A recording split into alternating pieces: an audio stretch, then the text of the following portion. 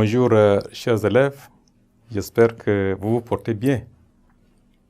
Aujourd'hui, nous allons examiner notre leçon de conjugaison qui porte sur l'infinitif.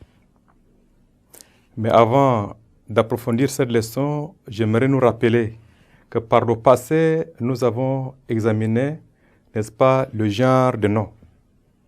Et nous savons qu'il existe des genres de noms en français, le genre féminin et le genre masculin. Pour ce qui est de l'infinitif, je nous demande qu'à la fin de cette leçon, chaque élève doit être capable de comprendre et utiliser l'infinitif, de résumer l'infinitif à travers ses différents aspects. Mais avant de venir sur l'infinitif proprement dit, je pars d'un petit exemple à partir d'un texte introductif. Je n'ai pas pu vous joindre, dit-il, j'étais très pris. S'il décide de poursuivre, il faudra que j'aille voir et vous assister. En attendant, le gosse est toujours une brouette. Oui, ce que je conseille, c'est de le rouler jusqu'à chez ses parents tout à l'heure. Voyez leur attitude. On ne sait jamais. Il pourrait être reconnaissant. Reconnaissant? Il y a eu un tel cas à Glasgow. Un môme qu'on avait changé en machine à couper le jambon. Revenons sur l'infinitif. Nous avons examiné l'infinitif, si vous comprenez bien, est la forme non conjuguée d'un verbe. Quand on parle de l'infinitif, c'est la forme non conjuguée d'un verbe. Quand on dit finir, par exemple, c'est un infinitif. Donc, c'est la forme non conjuguée d'un verbe. Il nomme l'action comme le fait un nom. Dans ce cas, nous pouvons définir des infinitifs comme des noms. Des infinitifs comme des noms, ici.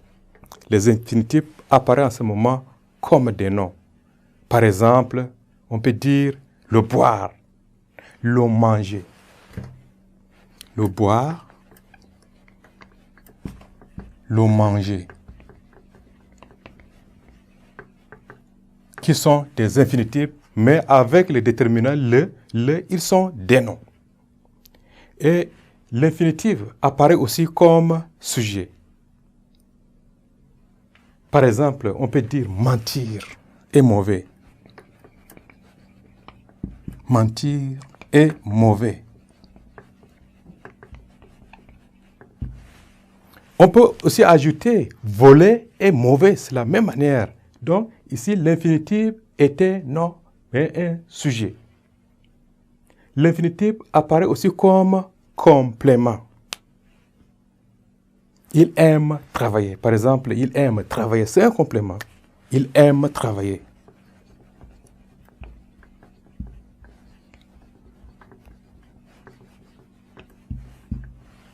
Voilà travailler, qui est un complément. L'infinitif apparaît comme attribut. Sa vocation est de raconter l'histoire aux enfants, par exemple. Ici, l'histoire aux enfants, ou bien raconter, c'est un attribut. C'est un attribut de vocation. Et l'infinitif apparaît comme verbe. Il devient ainsi noyau d'une proposition indépendante. On peut dire « que faire ». Voilà, c'est un verbe « que faire ». Et donc, en ce moment, l'infinitif est noyau d'une proposition infinie. L'infinitif est un mode impersonnel. Il ne varie pas en personne et comporte deux formes. Nous avons la forme simple. Par exemple, finir, c'est la forme simple. Et la forme composée avec l'auxiliaire être ou avec l'auxiliaire avoir à l'infinitif, plus le participe passé du verbe qui a valeur d'accompli. Par exemple, Tommy n'est pas le seul à avoir chatouillé. Certains infinitifs sont devenus de véritables noms. On peut dire un déjeuner. Un déjeuner. Ou des vivres. Vous voyez, des infinitifs qui prennent les noms, qui sont devenus de véritables noms. Chers amis, nous sommes arrivés à la fin de notre leçon. Donc, à la séance prochaine. Au revoir.